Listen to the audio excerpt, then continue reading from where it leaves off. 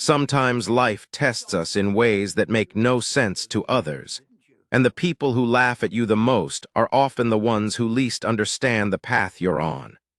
For Dyen Ren, a 52-year-old construction worker in Shanghai, that lesson began with a single letter. He had spent 3 decades pouring concrete and laying the foundations of other people's dreams while living a quiet life in a small rooftop apartment with his garden, his books, and his tea. His younger co-workers pitied him, his siblings looked down on him, and even neighbors wondered why he still lived so simply after so many years. Then came the inheritance. Delivered in an elegant envelope from one of Shanghai's most prestigious law firms, it contained exactly $2 in crisp bills and a set of handwritten coordinates that appeared to lead nowhere. His siblings mocked him with messages filled with laughing emojis, calling it the final insult from a grandfather long cast out of the family.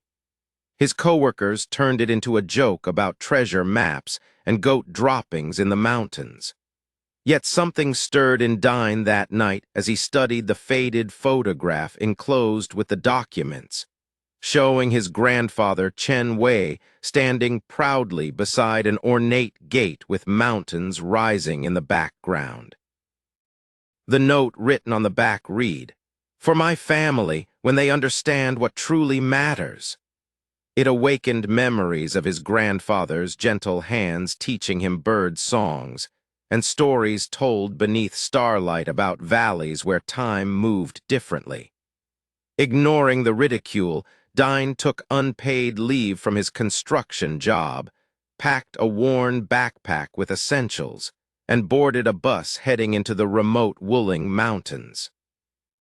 He carried with him nothing more than $2, a photograph, and coordinates to a place that officially did not exist.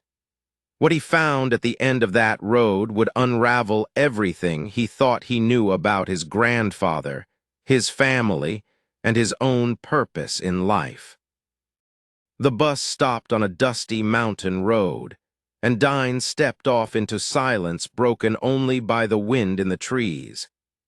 Guided by the hand-drawn map tucked into his pocket, he pushed deeper into the wilderness, following trails that faded into deer tracks, passing landmarks sketched decades earlier by his grandfather. There was the twisted tree with branches like gnarled fingers, the moss-covered stone bridge spanning a rushing creek, and finally the waterfall that seemed to flow upward, an illusion of mist that confirmed he was walking in his grandfather's footsteps.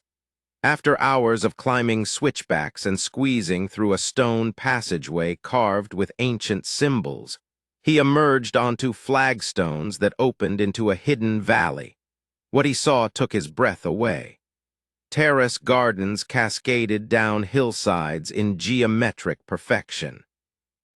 Traditional houses with curved rooftops glowed warmly in golden sunlight. Smoke curled from chimneys, children laughed in courtyards, and a granite sign announced the place with words that sent chills through him. "Renville, where the lost find home." An elderly man greeted him at the entrance and introduced himself as Master Lu, the village elder. "You must be Chen Wei's grandson," he said with calm certainty. "We've been expecting you." As they walked deeper into the valley, Dyen saw a community unlike anything he had ever imagined.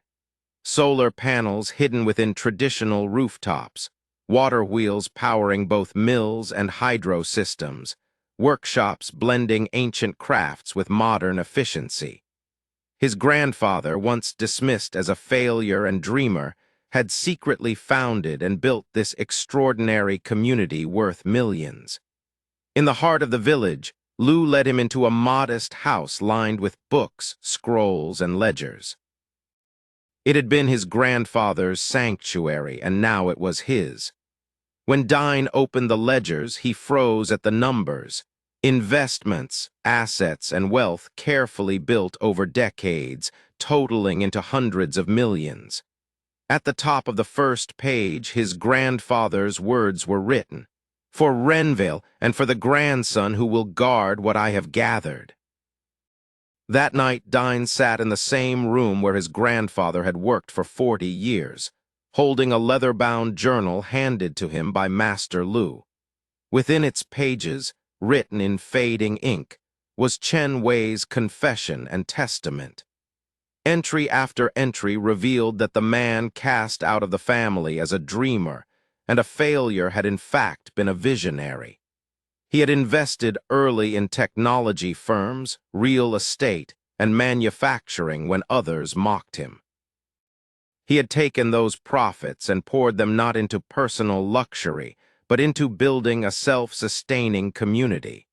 His notes described rescuing orphans, caring for widows, funding education, and balancing modern innovations with traditional wisdom. One passage read, "This is why we build not for the buildings themselves, but for the lives they shelter." The journal documented solar power systems, medical facilities disguised as ancient buildings, and a school where children learned philosophy, history, and science alongside traditional crafts. Dyen realized his inheritance wasn't just $2 or a mountain village. It was a living legacy of compassion, foresight, and resilience. But his grandfather had also left warnings. One entry declared, "The hardest part isn't building something new, it's preserving something good. Every generation must choose between protection and compromise." As Dyen closed the journal, he understood that his journey had only begun. Renville wasn't just a hidden sanctuary. It was a fragile miracle that the outside world, sooner or later, would discover. And when that day came, it would take everything he had to protect it. Days passed, and Dyen began to understand the rhythms of Renville. He met families whose lives had been saved by his grandfather's vision, orphans raised into adulthood, families who had fled pollution and poverty, scholars who left prestigious careers to live by principles instead of profits. Yet not everyone welcomed him as their rightful leader.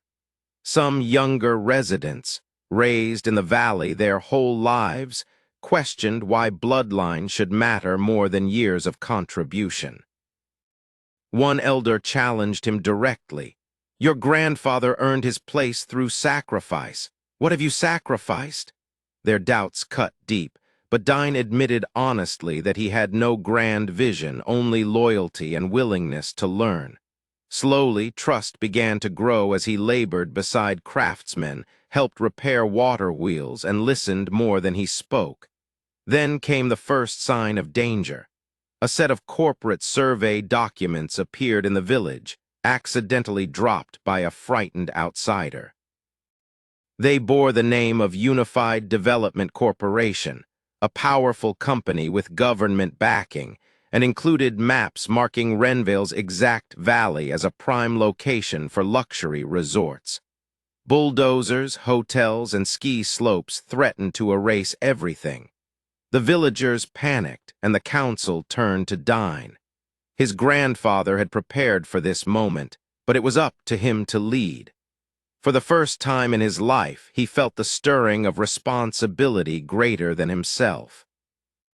Unified Development Corporation soon arrived in person, led by a polished director promising partnership and prosperity. She spoke of preserving culture, providing jobs, and sustainable tourism, painting a picture that seemed reasonable and irresistible. Some villagers were tempted, especially the young, dazzled by promises of wealth. But Dyen noticed what was missing: no guarantee of who controlled the future, no protection for those who refused to participate, no mention of the village's existing self-sufficiency. It was a wolf in sheep's clothing, just as his grandfather had warned. The debate within the council grew heated, tearing at the unity of the community. That night, while studying his grandfather's old walking stick, Dyen discovered a hidden compartment. Inside were deeds dating back to the Qing dynasty, proving the valley had been privately purchased, along with a certificate registering Renville as a protected cultural heritage site.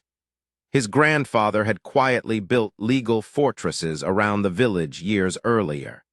Even more astonishing was a sealed letter addressed to Dyen, containing a list of powerful allies, government officials, business leaders, and judges who owed Chen Wei favors.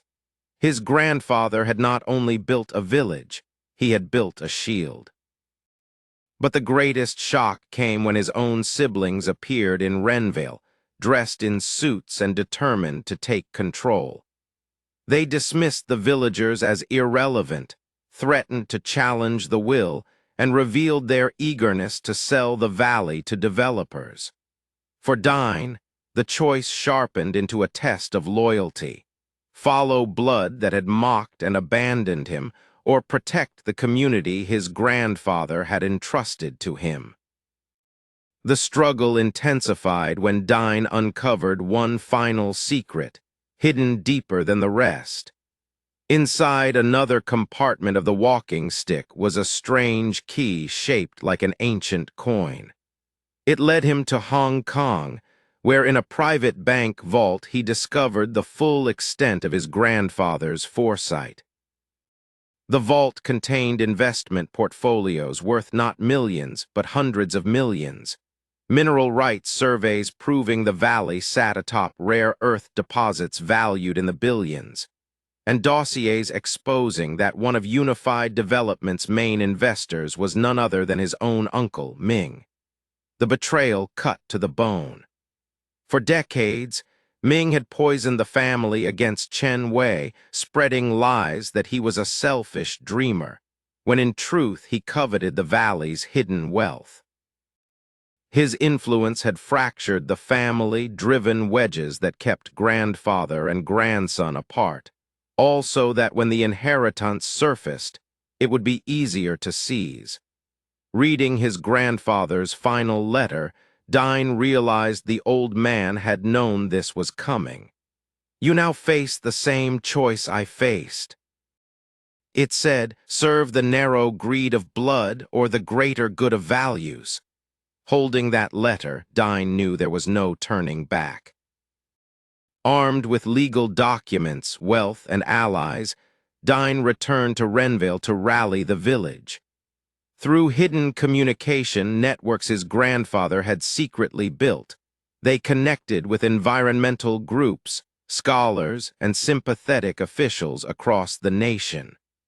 Evidence of Renville's cultural and ecological value spread rapidly, putting pressure on the corporation and exposing their fragile finances. The villagers themselves united in remarkable ways. Craftsmen documented every traditional building technique. Teachers organized students to record the story of their education. Doctors compiled evidence of lives healed by the clean mountain air. Even the skeptical elders stood behind Dyen, declaring they would not see another community destroyed as theirs once had been. Tensions still simmered. Some feared confrontation, others longed for quick wealth. But gradually, the voice of unity grew stronger. When his siblings tried to sway him, calling him foolish for turning down millions, Dyen finally found his own voice. "This inheritance is not about money. It's about people who trusted my grandfather and now trust me." In that moment, the villagers recognized not just Chen Wei's grandson, but their own leader. The battle with Unified Development didn't end overnight, but the tide had turned. With historical protections, financial leverage, and international allies, the corporation was forced to withdraw, and Renville's survival was secured. Yet for Dyen, the true victory wasn't legal or financial. It was personal. He had entered the mountains as a mocked construction worker carrying only $2 and a fading memory of his grandfather. He returned as the guardian of a living miracle, entrusted with a responsibility far greater than wealth. His grandfather's vision had not been abandoned. It had been waiting for him all along. As night fell over the valley, Dyen stood by the spring where generations had gathered, holding the ancient stone seal of leadership. The laughter of children carried through the air, the water wheel turned steadily in the distance, and for the first time he understood exactly what his grandfather had meant when he wrote, "True wealth is not what you take from the earth, but what you build upon it." And now, listener, I ask you this. What would you have done in Dyen's place? Would you have sold it all for riches, or would you have guarded something priceless for the generations yet to come? If this story moved you, imagine the countless others waiting to be told. Subscribe and join me again tomorrow, where another hidden story from the shadows of history will come alive, just for you.